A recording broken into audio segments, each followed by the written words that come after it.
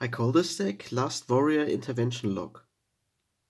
It is named after its centerpieces that are necessary for the lockdown to work.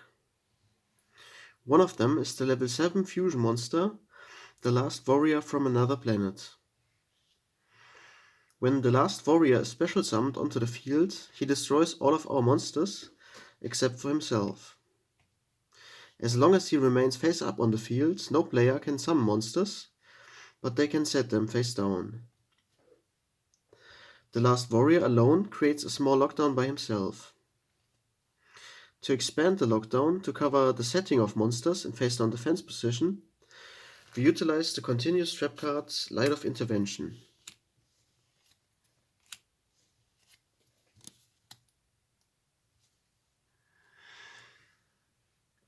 Which prohibits sets and flipping monsters face down, thereby preventing the opponent from booking our Last Warrior. With Light of Intervention alone, monsters can however be normal summoned in face-up defense position. So it is in the combination of the Last Warrior and Light of Intervention that the lockdown comes into full effect. Light of Intervention is searchable by a Can of Ill Omen.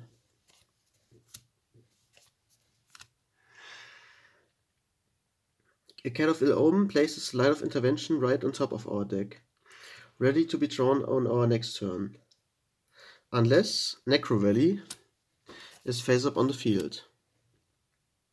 With Necrovalley on the field, a Can of Ill Omen adds any trap card to our hand directly and thus accelerates the implementation of the complete lockdown, in our case. And I also play one Terraforming. And on the other hand, we have multiple ways of summoning the Last Warrior onto our side of the field. The easiest way to do so, and the most cost-effective for sure, compared to the other method, is by using Metamorphosis on Fusilier Dragon, the dual mode beast. A level 7 monster that can be normal summoned without requiring tributes. Equally easy, but very costly, is the second way, via Stein. We can pay 5000 life points and special summon the Last Warrior from Another Planet straight from the extra deck. To partially restore our life points, I play 3 copies of Life Absorbing Machine.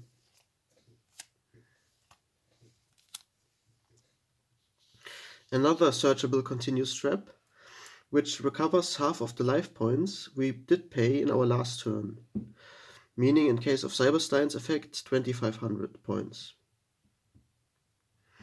Cyberstein has the edge over Fusilier Dragon that it is a 1-card combo, and Cyberstein is accessible via Mystic Tomato, Sangan, and the normal spell card Last Will.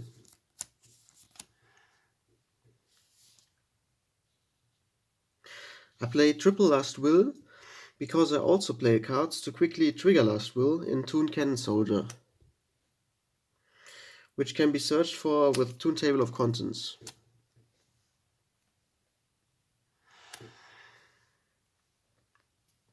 Which also implies deck thinning. Ensuring our lockdown to remain untouched by the opponent's spells, trap and monster removal are 3 copies of Solemn Judgement.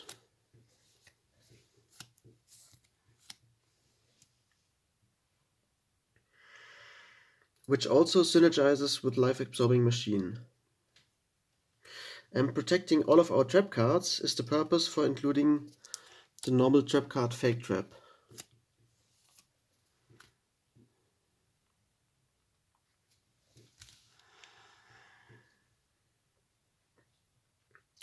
I only play Pot of Creeds and Graceful Charity, not Delinquent Duo, and 1 Mystical Space Typhoon for dealing with floodgates, and 1 Mirror Force to remove potentially threatening monster boards the opponent might establish before we are able to create a lockdown. This deck aims at implementing the lockdown very early on, and then poke the opponent with a Last Warrior for game. But it also has comeback qualities,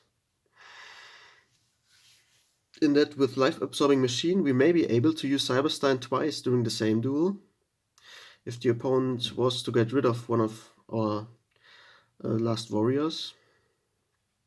Or we can summon the second Last Warrior with Fusilier Dragon and Metamorphosis, if we've summoned the first one with Cyberstein. One last card I want to talk about is this deck's capacity in dealing with monster removal, chiefly with battle traps. Solemn Judgement alone might deal with them, but one might also make room for my body as a shield, to cope with Mirror Force, Ring of Destruction or Sakuretsu Armor. Potential outs to our lockdown. Just take out one Necrovalley or Last Will for 2 copies of my body as a shield. That's it for this deck profile. As always, the decklist can be found in the video description. Thanks for watching, and until next time, bye!